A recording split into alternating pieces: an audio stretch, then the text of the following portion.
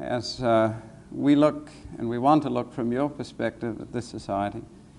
Help us, we who in some ways have been victims of this loss of childhood, to see through all of the hurt and the perversion the reality that has been so awfully ripped away from a generation that deserves to see what a father really looks like. Help us, we pray, to see things through your eyes, and in seeing them to love you. Amen. I want to give you some examples of the overall attack now on children. These are, we've already looked at, these are characteristics of childlikeness that are things that Jesus may have had in mind when he used many times the illustrations he did concerning children. In our time, we have focused on one. What is the one we've looked at of abuses that children face?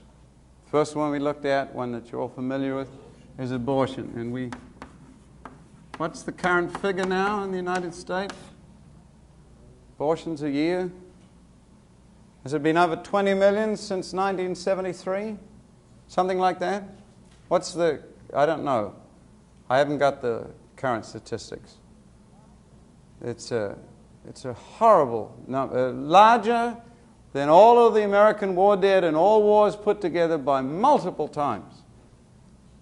War on babies. Especially awful in that case because babies really can't fight back.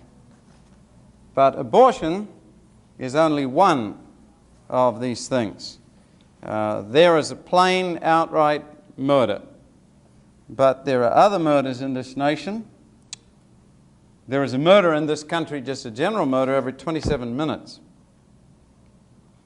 2 will be dead by the time we finish this message. And 54 a day, 20,000 a year minimum. But between the ages of 14 and 24, these are your teenage to early 20s, there are nearly 50 million young people in this country, in that group. But suicide is occurring from younger and younger ages. There's a lot of suicides in this group, but it's moving down. The age in which suicides take place is moving down. I want to give you maybe right near the end of the week when we deal with some of the roots of the war on children, when we look at bitterness, I'll give you some things on why children kill themselves. But between the ages of 5 and 14, 15,000 kill themselves every year. And that's growing, that number. In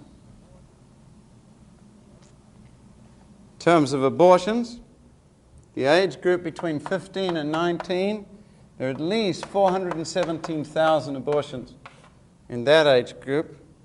And 15 or under, there are at least 15,000 legal abortions a year. Legal ones, that's known ones. I think by the end of this year it's going to be 20 million people, 20 million babies in this country since the Supreme Court in 1973, was it 73, that okayed abortion. 20 million people, little people, 20 million babies have been sent out into eternity. Now, if that isn't the spirit of Moloch, I don't know what. We'll come back and look at Moloch and see who he was. But these are only some of the things. And these are the ones we're most familiar with. We are now losing the family. If you have no family, then where do you get the picture of child and the father and the mother? We have used this statistic before, but have a guess what percentage of this nation is now the typical family? Typical family is dad out working, mother at home taking care of the 2 children. What percentage of this country do you think is that typical family? It's 7.3%, I think. Over 93% of this country, or it may even be higher, I've got an exact statistic, it's well over 93% of this country no longer fits the typical family. So there isn't any typical family anymore. And so many of you here, you know this, you come from homes that are not typical families. This is the generation growing up not being a typical family. So the family is disappearing.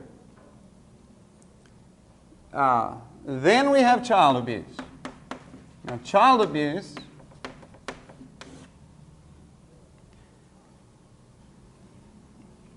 there are two kinds, main kinds. Most of it, of course, happening with relatives or family. The two kinds of physical attack. Now the child has survived abortion, has not become one of the 20 million, but now the dad or the mother or relatives or somebody tries to kill the child physically. Here are some examples. This is why so many children run away. About 53% of the 1 million runaways in this country every year, between 700,000 and 1 million children run away from home every year in this country. Now, some are just, I'm going to run away and run down the road, but a huge chunk of them aren't. They are serious runaways, not just, you know, I'll run away and go to grandma's house for the day. These are serious runaways. Of that 700,000 to 100 to 1 million, 53% of them are running away from home because they've been beaten up or smashed around by their parents, who God put in their hearts to love and worship and look up to and trust and rely on. Here is a couple of examples from... I sat beside him in the grass. His name was Richard. Small boy, blonde, light-eyed, slight, vulnerable in appearance, lost and unhappy. He wore cut-off blue jeans and a torn plaid cowboy shirt. He wore no shoes. He was 11. Why don't you go home, I asked. It's getting late. He stared at the grass. I'm sure your parents miss you. You should go home. He glanced up, raising his left hand for me to see. Like his entire body, his arms were thin like sticks. Across his left forearm, between wrist and elbow, was a deep red gash. My mom did that, he said without emotion. My mom did that. He repeated as if I didn't believe him. Why? I don't know, Richard said. She just doesn't like me. I asked how it happened. She got mad because my room was messy. She started screaming at me and whipping me like crazy. She's always screaming about something. That's how your arm got hurt? He dropped his arm and he looked down, watching his fingers braid blades of grass like strands of hair. He didn't like talking about his mother. I asked him again to tell me. Mom held my arm against the door frame and slammed the door shut. Richard stood up. He was about 4 feet tall. Facing me, he carefully removed his shirt, then turned around to show me his back. There were bruises on his body. On his left shoulder was an ugly burn larger than a man's hand, covered with a scab just beginning to heal. Richard pulled his shirt back on, wincing. It don't hurt much, he said. I wanted to know how he got such a wound. He said he had a fight with his mother when she was cooking dinner. He didn't know what started it. It was one of those things that happened all the time for no good reason. She had gone into a rage, grabbed him, lifted him up, and shoved his bare back against the hot oven. She don't want me anymore, he said ruefully. Where will you go if you can't go home anymore? I asked him. He sat down again in the grass, but didn't answer for a while. He was thinking hard. At 11, it's the kind of question that scares a kid. I'll run away, he finally said. I'll run away for good. And then what? I wanted to know. I'll just run away. 53% of those 700,000 to 1 million every year that run away because of physical neglect or abuse. They're either beaten up or just left. When I worked in the streets of Detroit and New York with Teen Challenge, there were children out there, little 7, 8 years old, and would be 11 or 12 or 1 or 2 in the morning. And we'd say, "What, why don't you go home?" They go, "Well, some of them didn't know where home really was." And I'd say, "Where's your father?" I'd say, "Which one?" They didn't know who their dad was. And then I'd say, "Well, won't your mother miss you?" And they said, "No, she doesn't care whether we're here or not." And the other 35%, another 35% run away because of sexual abuse of some kind, basically incest of some sort.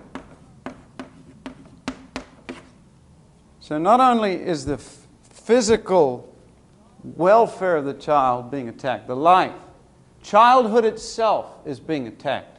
Little children shouldn't have to deal with sexual abuse, shouldn't have to deal with the father who rapes a daughter, shouldn't have to have everything inverted and ripped away. Little children shouldn't have to deal with that, but they have to. Another, Daniel, age 15, this is in university, first university in Seattle, about 10,500 runaways in Seattle-Tacoma area who are living on the streets. The reason they gravitate to some of those West Coast cities is because in other cities they will not survive during the winter. They're living on the streets, so they won't make it during the winter. But some of them don't make it anyway. Huddled in the doorway near Woolworths was a slight, hungry girl of 12 who had run from California months ago.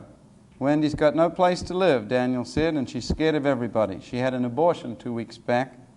He paused and then added quietly and sadly, "She's not going to make it when the cold weather comes." Late that night we went to a bus depot where Daniel got a small bag of clothes out of a 25-cent locker. I rented him a room at my hotel. He had nowhere else to go. "What's going to happen to me?" he asked. "I can't get a job.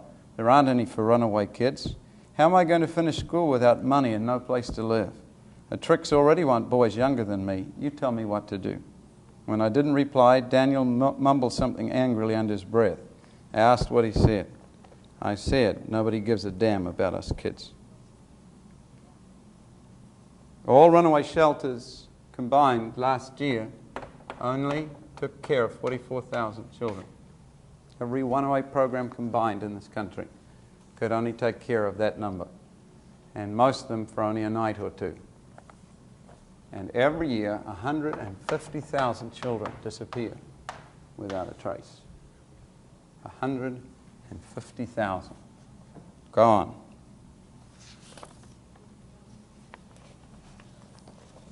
If it is not enough just to have to live on the streets, and again, as Daniel and others pointed out, what do you do if you're only a little kid? What kind of job? People not going to give you a job. So most of them are forced into prostitution, male and female prostitution. But if that isn't bad enough, you can buy children. There is a slave traffic, a white slave trade traffic among children. You can buy a child for sexual use or whatever else you want. In New York City, they cost about $5,000. In San Diego, you can get a child as cheap as $500. This white slave traffic has existed from the early days. I've got books, and I may show you them tomorrow, going back to the turn of the century. In Catherine Booth's time, that child slave traffic for prostitution,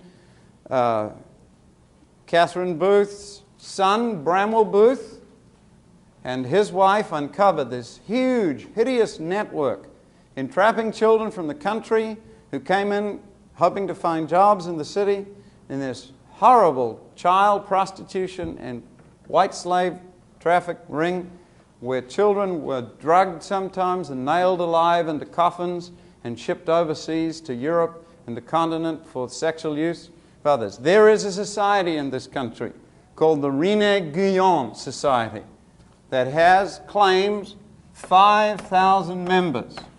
To get to be a member of the Rene Guyon Society, named after one of the original child abusers, you have to have deflowered a child before they reach the age of 8. Their motto is sex before 8 or it's too late. And that they are pushing for legislation. And they had their international meeting in 1982 in Wales. You can imagine how many irate mothers were outside that meeting. 5,000 members in the United States alone. You cannot get to be a member unless you've had sexual intercourse with a child younger than 8 years old.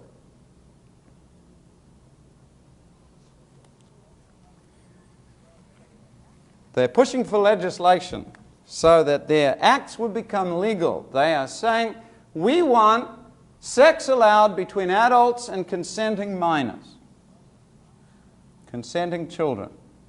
Trouble is, minors can't consent by law. There isn't such thing as a consenting minor. Why would people do that? I have a set of reports there from the U.S. government, Congress. Do you know how many child pornography? Let's add this one, child pornography. Not enough to rape a child. Let's destroy his mind too. Let's get him posing and let's make him into real little adults. Let's get him involved in pornography. Not just reading pornography, but being pornogaphy. Child pornography in this country is between a $500 million and $1 billion a year business. And what is totally shocking is that the people who make money out of child pornography are only a small fraction, tiny fraction, of the people who are actually involved in child pornography. The vast majority of people involved in child pornography do not do it for economic reasons, but for pleasure. We're only looking at a tiny fraction. Do you know how many child pornography magazines were available in this country in 1977 alone? These are monthly magazines. Over 263 monthly child pornography magazines, just using children. And the federal government, you understand it's illegal to send pornography through the mails. So what the federal government has done, the FBI working with the post office and others, have actually posed as procurers. You know, they get these ads that say right away to a thing, so they even set up companies, just as if they were, and it's all, you can't go and buy these on the newsstands, of course, but it's all done through the mails. You get the address of somebody who tells you about somebody else, and then they will send you pictures and videos and films and stuff like that. I have statistics on that thing here.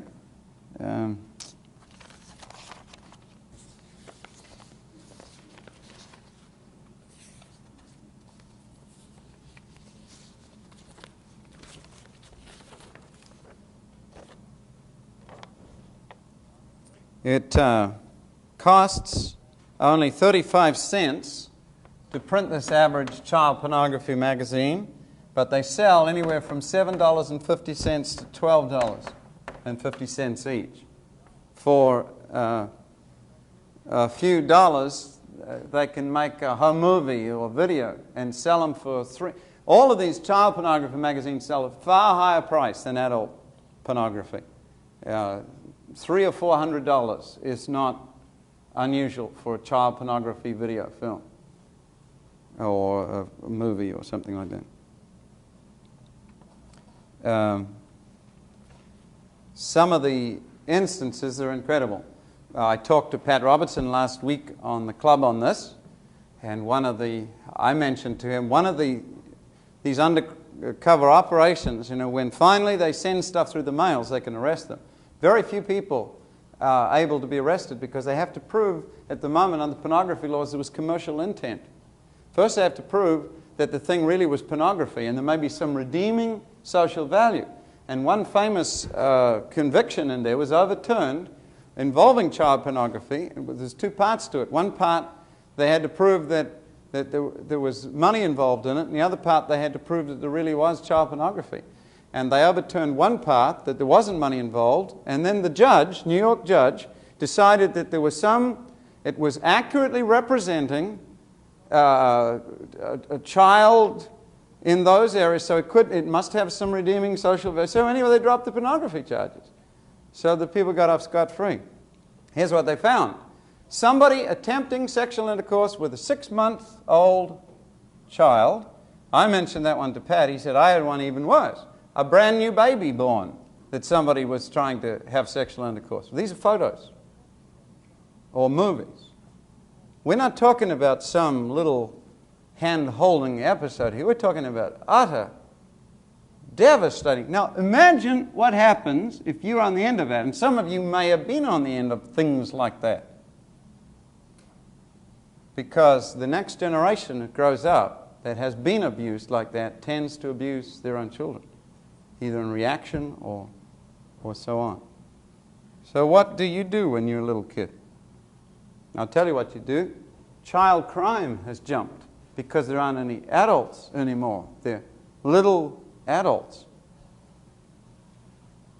Give you an idea of that. The gap between adult crime and child crime is rapidly narrowing. In 1950, and think just how few years ago that was, that's 30 years ago, in the lifetime of, a lot of people here, the whole year, only 170 people in this country were arrested for some serious crime that were under the age of 14. The FBI calls a serious crime forcible rape or robbery or aggravated assault or something like that. Armed robbery or assault or something like that. Only 170 children under 14 in 1950.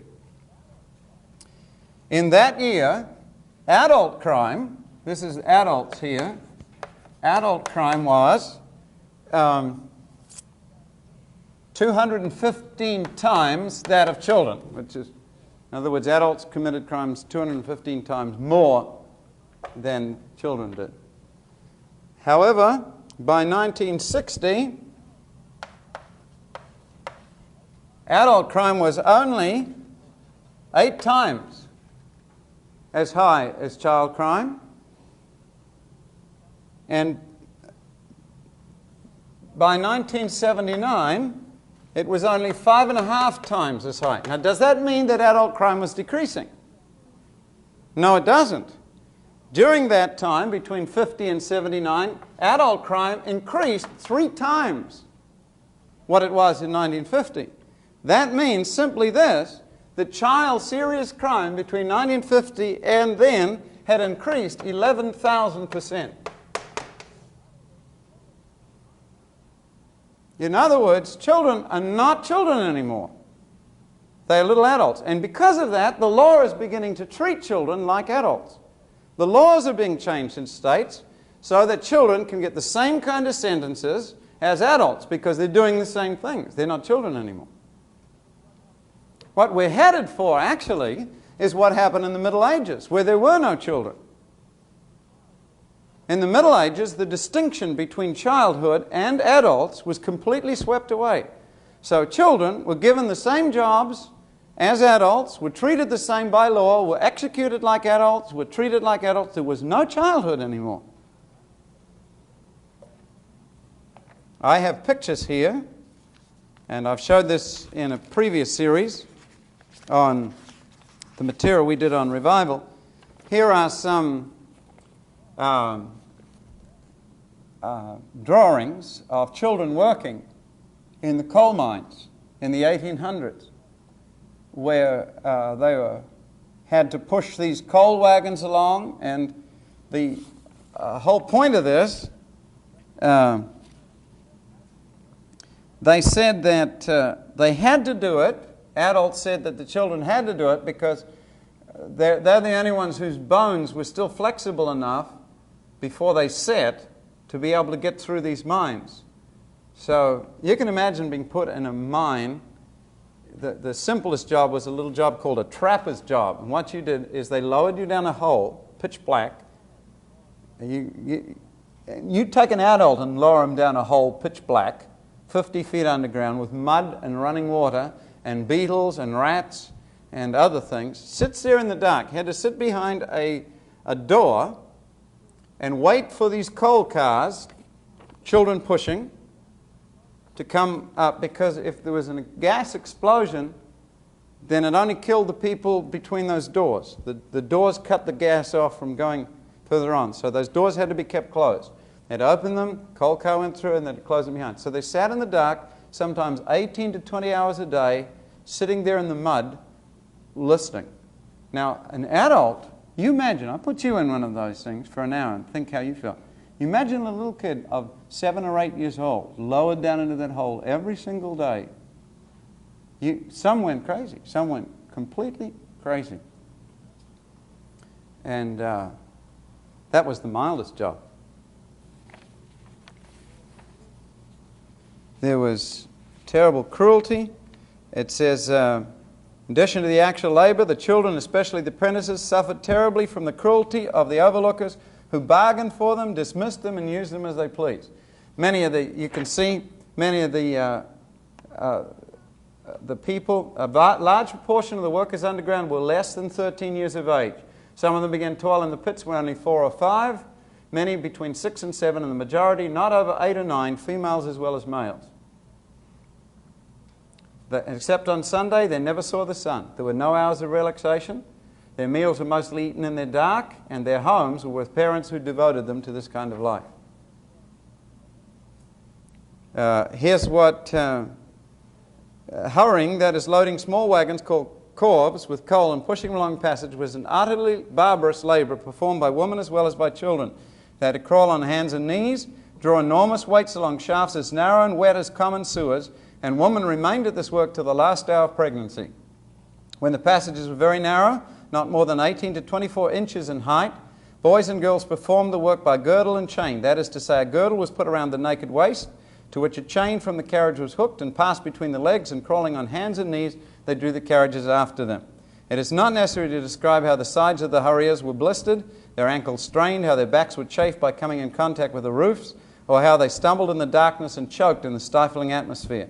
It is enough to say they were obliged to do the work of horses or other beasts of burden only because human flesh and blood was cheaper in some cases, and horse labor was impossible in others. Coal bearing, carrying on their backs on unrailroaded roads, burdens weighing from half a hundredweight to a hundredweight and a half, was almost always performed by girls and women, and it was a common occurrence for little children at the age of 6 or 7 years to carry burdens of coal of half a hundredweight up steps that in the aggregate equaled an ascent 14 times a day to the summit of St. Paul's Cathedral, which is like climbing up to, I don't know, halfway up the Empire State and back again. And you can read these other things here. What happened in in this 1800s then, this is not so long ago, is it? Is that there was no childhood. And you know what gave childhood back? Christian revival.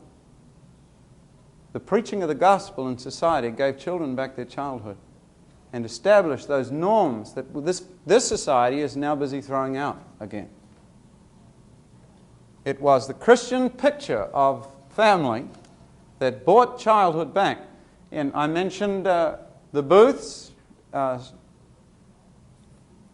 you'll see that in the little book Revival, how that Bramwell Booth and his wife, who had a little girl themselves, undercovered this hideous initiation and entrapment process and labored. In those days in moral Britain, I think the age of consent was like 14 or 15 or something, and one minister of parliament wanted it lowered to 12, or it was 12 and he wanted it lowered to 10 or some ridiculous thing. And one man boasted that he'd ruined 2,000 children. That was in moral Britain, and the Salvation Army went to war against this damnable thing. And what they did is they had a newspaper editor. He was a guy like the editor of the National Enquirer, you know, some well-read paper across the... And he happened to be a Christian. This guy was sort of the local, it's called the Pall Mall Gazette. It was the basic thing everybody read for whatever was going on. And he posed as a child procurer. And they bought this pretty child from the parents for £10 or something ridiculous. And he went all the way, they documented each step of the process, right up to the actual to the point where normally the procurator would have sexual intercourse with this child that he'd bought. And then they published the story. And it hit London like no other piece of news has ever hit London in 100 years. And in less than 2 months, this bill, which 3 times had been thrown out of Parliament, was law. They raised the age of consent up to 16. The continent was 21. But in Britain, it was like 12 or something ridiculous. And pushed it back up again. Salvation Army marched into Parliament with this huge roll that had 160,000 signatures on it. It was, just shocked Parliament. And it was Christian awakening and Christian concern that gave children back their childhood. Now we're losing it. Let me give you a quote. So many little things here. Here's Professor Neil Postman of New York University. He has written at the children's rights movement. Isn't it funny? Whenever the devil wants to take something away from people, he starts a movement for the rights of something. Rather than servant, calls it a right. In the end, you wind up losing whatever it was that you're supposed to have the rights for. That's what he says. Children's rights, he argues that the social category of children is in itself an oppressive idea, and everything must be done to free the young from its restrictions. Being a child is a repressive idea. We must eliminate that. Well, we're well on our way to doing it. Now, how much time have we got? Cameraman, what do we got in time? 10, 15, 25 minutes. All right. I want to show you now, we've called this thing the spirit of Moloch. You've written that word down. Maybe you wondered what in the world is this thing. What are we talking about? Can you see though? Let's throw in one more. What about, before we leave this, what about television taking away childhood? When you read an adult book, and I didn't mean by adult book sexually explicit book, when you read an adult book, adult themes have a code on them when you read, and that is language. See? You can't understand an adult theme as a little kid if you don't understand the words.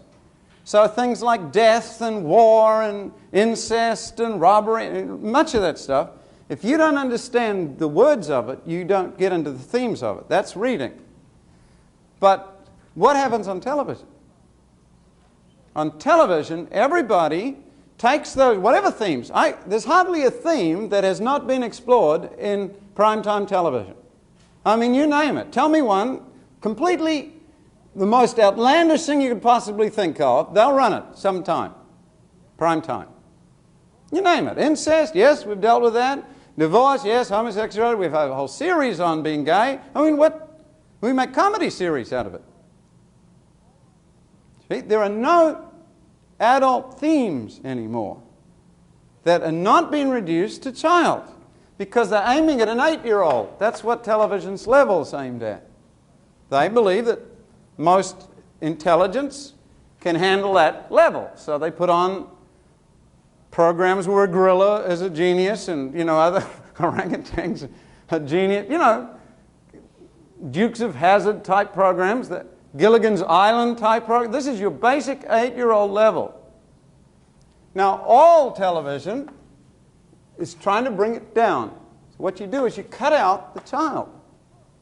Little kids now look at an adult world, all broken down to small people's understanding. Pick up some of the child reading books. They deal with divorce and rape and incest, all part.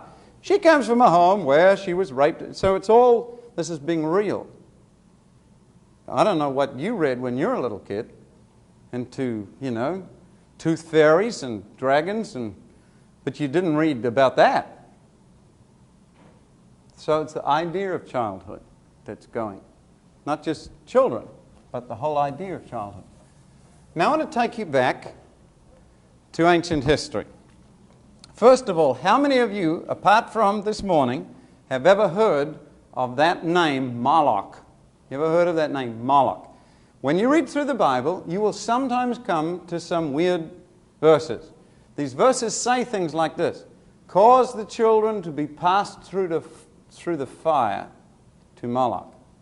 And when you do research on this, and I have a pretty good library to dig it in, it is almost amazing how little is known today about Moloch. Now, this is all I've got. I've looked through the whole library, and that's what I got on Moloch.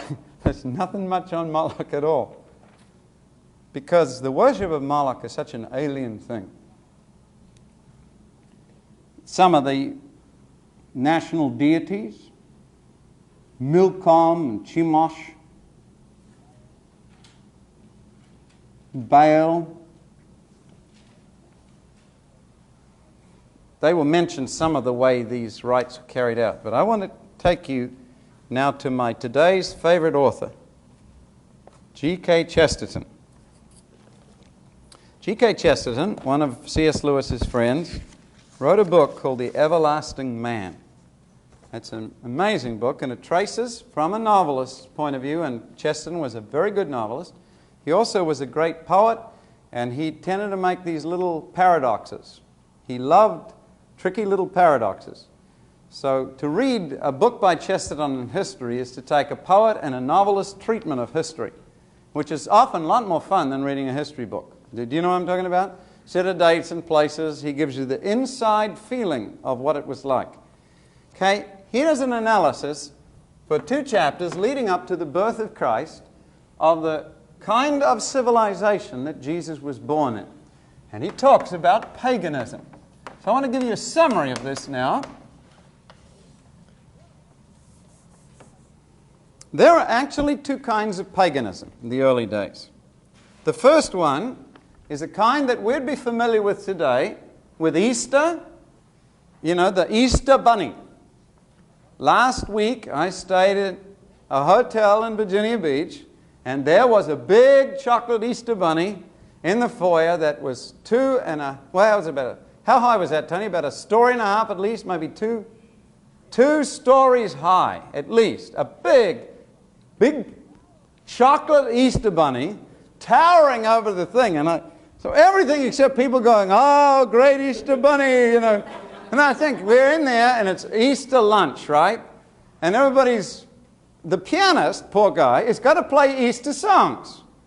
So what is he playing? You know, in your Easter bonnet, you know, this stuff. And I don't know, bunny disco. So, you know, what do you play? What do you play on Easter? You've got to have something to do with bunnies and bonnets. That's, the bunny is a type of one kind of paganism. Christmas, it's Santa Claus and Rudolph and, you know.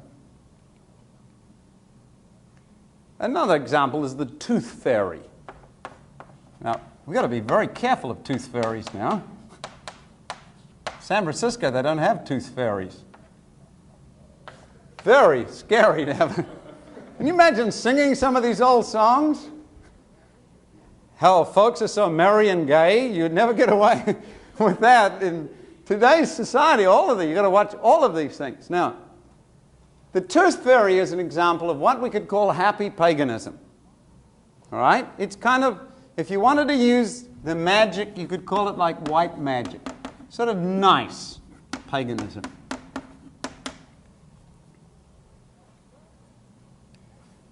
At its very best, paganism of this variety is an attempt to describe the supernatural through the imagination. Most paganism is not really concerned about facts. It is only concerned about feelings, the feelings of devotion and worship. So you don't really say, was there really an Easter bunny? You don't ask, who was Santa Claus really? Most kids want to know, is there really a Santa Claus? But they don't care about the historicity so much of Santa Claus. You know, Santa Claus was born in the Encyclopedia Britannica. You don't care. If you explore this too deeply, you lose it. You see that? The tooth fairy is a neat thing. You can lose a tooth, you put it on your pillow, and you wake up in the morning, and it used to be 10 cents. Now it's got to be about $5 because of inflation. It's just 25 cents? Forget it. Anyway, that's an example of nice paganism, which our culture is filled with. Okay? Many civilizations, especially Rome, had an awful lot of their gods, the Roman gods, were these nice pagan gods, if you know what I'm talking about. By nice, I mean in contrast to the second kind of paganism we'll talk about in a minute. The Roman gods were household gods. They had gods for everything. They had gods for the floor, gods of the door, they had gods of the roof, and even gods of the drain. I mean, when you look at Roman stuff, there's a lot of there is Bacchus, you know, the god of wine and grapes and parties, and, you know, Mars was the god of war. You know, they had a bunch of sort of basic images that they paid respect to. Now, people didn't seriously really think there was a fat guy up there in heaven with grapes, and that's the one you invited when you... It was tooth fairy stuff. See that? Most of this paganism of the imagination's attempt to describe the supernatural. Let me give you another example. Elves. You see that? You've seen that big book? That beautiful book on elves and fairies and stuff like that? It's that kind of stuff. Another one would be... Chesterton said you never went into the woods to find a nymph. You never actually met one. You just went hoping you would meet one. What do we meet if we saw, oh, look, a leprechaun? You know, that kind of thing. You never actually expected to meet one. It would be neat if you did meet one, sort of thing. You never seriously thought about it. It was just there. The Roman gods were household gods. So when the children sat down, they tended to be big, shapeless, homey. You know, the idols were not goggling, Garagile type idol. They were just sort of your basic household deity. You know, when you sat down, there's a big household deity there, and kids would keep looking, and Dad would say, sometimes he has a bit of your dinner. You go, oh, you know, like that. See, that was about as scary as it got. Okay? Now, we call this whole attempt by imagination, we call it mythology. Kind of a happy paganism. Good deal of nonsense in it, but nice kind of nonsense.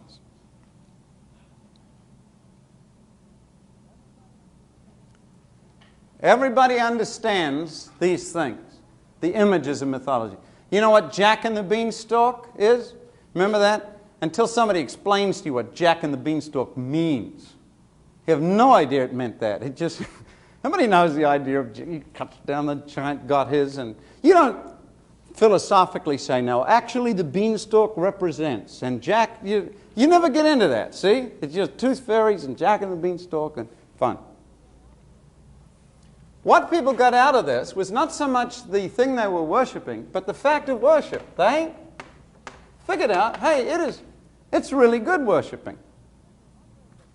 When you got to the center of what they were worshipping, they weren't really sure. It was like a flame, and it wasn't there. It wasn't very clear at all, but they found they enjoyed the actual doing of it, the looking under the pillow to see if the tooth fairy had come. That whole neat little thing. Maybe there's something here that could surprise you and jump in, and, you know, who knows? And businessmen would do that. The same ones that throw salt over their shoulders or don't walk under ladders for the same kind of reasons based on this. We don't really understand the real laws of the universe, and sometimes tiny little things really affect huge things. So who knows? You may as well do it just to be safe. You see that? That's an idea. Civilized people do this, not uncivilized people. Not barbarians, but civilized people. As a matter of fact, it's the civilized people that get into the second form even more dangerously than this first nonsense paganism. Okay?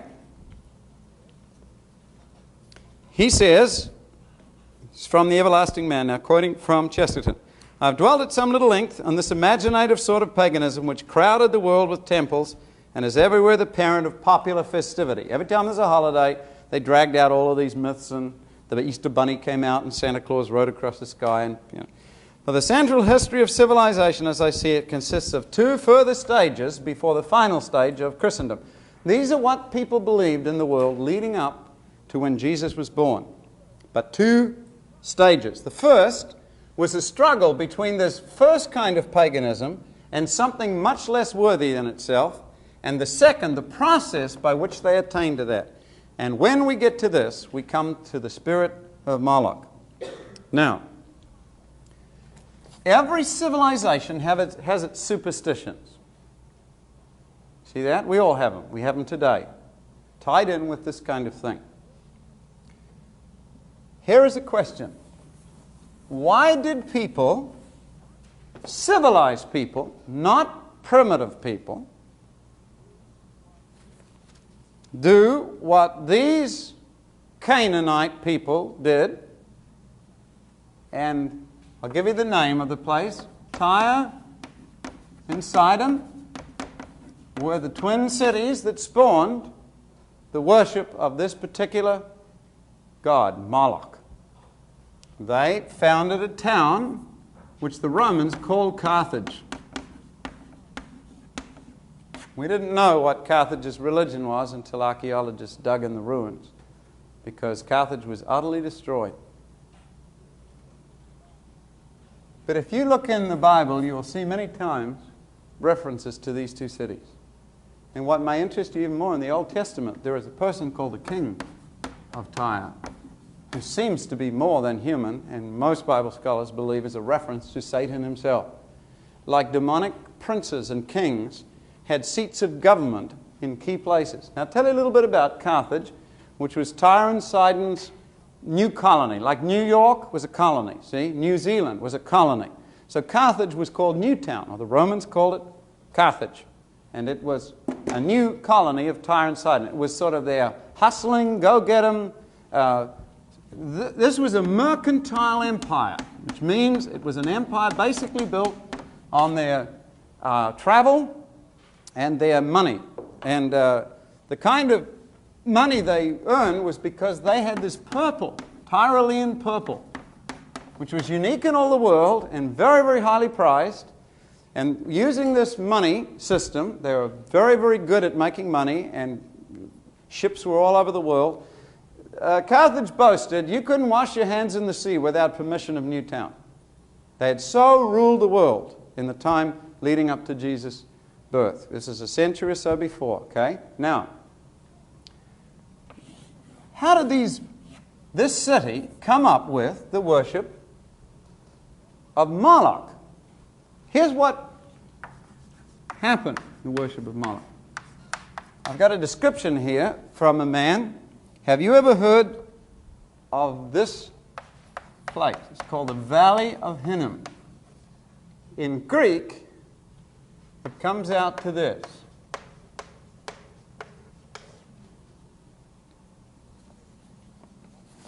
I'm going to give you a description of what went on in the Valley of Hinnom.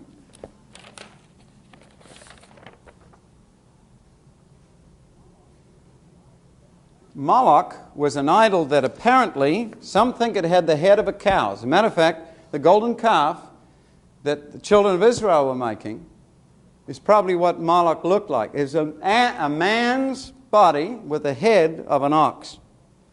And he had hands like this that stretched out. There are different descriptions of how this idol was built. The main idol was built with hands that extended like this, forwards. And right over the base of the idol was a fire that heated a white-hot plate.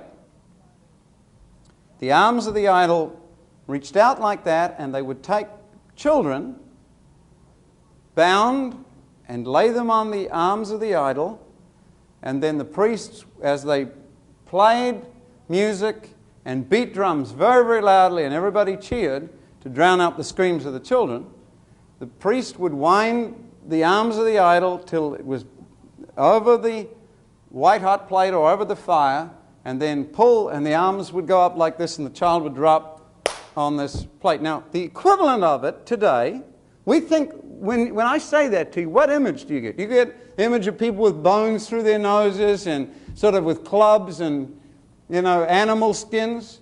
We're not talking about it. We're talking about a highly advanced civilization, the one that ruled the world at its time. We're talking about the same kind of civilization that the Aztecs had when they did the same thing. We're not talking about primitives. We're talking about highly advanced technological civilizations. The equivalent in our day, if you can imagine, would be a group of high-tech Silicon Valley executives, people who run Apples or IBMs in their basements, meeting every Sunday at 11 o'clock to watch a baby being roasted alive. Now that is the equivalent. If in your mind you could say this, how in the world could civilized people ever do that? That's a good question. Here's what Winkie says. Nighttime seems to have been the special time for these awful immolations. The yells of the children bound to the altars or rolling into the fire from the brazen arms of the idol, shouts and hymns of the frantic crowd, the wild tumult of drums and shrill instruments by which the cries of the victims were sought to be drowned rose in awful discordance over the city, forming with the whole scene visible from the walls by the glow of the furnace and flames, such an ideal of transcendent horror that the name of the valley became and still continues in the form of Gehenna, the usual word for hell. A rubbish dump it had become in Jesus' day. But that's where the name came from, the place where they offered the children. All right? Now, the second kind of paganism. I'm going to ask you, this is what I asked 4 weeks ago. Why in the world would civilized people do that? How could they do something like that? How could they take their own children, love children, not an enemy's children even, their own children, and deliberately give them to a god? Here's how it came about. The second side of paganism, the dark side of the force. Okay? This idea came.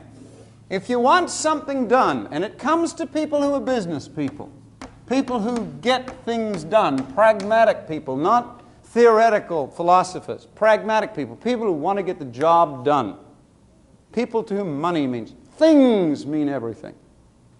There came the idea that if you really wanted power to get things done, what you should do is to tap into that supernatural world. Maybe it wasn't just a little thing. Maybe you did something big.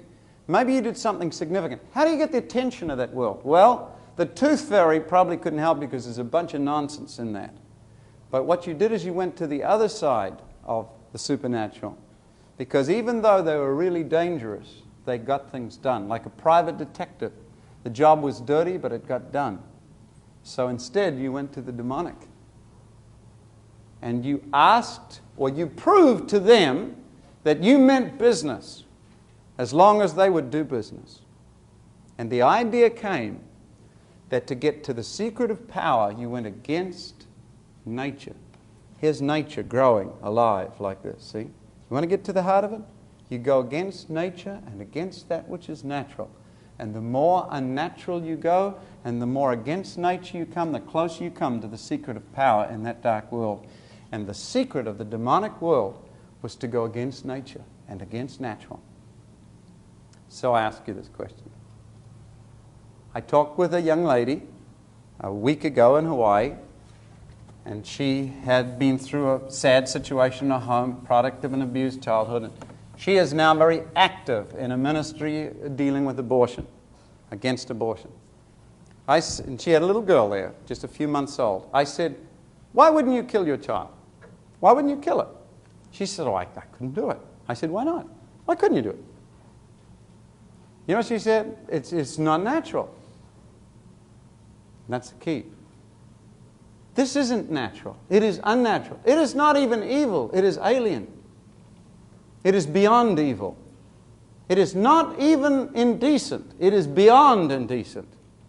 It is inhuman. It is unnatural. It is alien. And that was what Moloch was like. Like worshiping something from another world. And to get their attention, you proved, I mean business, I'll take the most horrible, unnatural, alien thing, and I'll get your attention. I will do business if you mean business. They didn't do it because they didn't know it was wrong. They did it precisely because they did know it was wrong. And these two things, child or human sacrifice and cannibalism, which if I said to you, what is the most alien, unhuman thing you could think of? You know, if we sat down and said, I'm going to think of some really horrible thing, you'd probably come up with exactly the things those people did in their worship. Not because they didn't know. Precisely because they did know. Cannibalism. In the 1960s, when they arrested those two hip guys north of San Francisco, and in police searching their pockets pulled out half-chewed human fingers, they went around eating them like potato chips. Why would they do that? You think that's so alien. That's precisely why. Because if you want the secret of power in the satanic, you go against the natural and against the human. You look for that which is most human, most natural, most normal, and you go directly against it.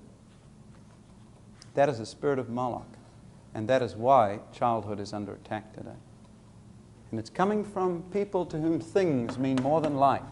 You see, Carthage believed that things meant more than life. And I'll tell you the story tomorrow, what happened to Carthage.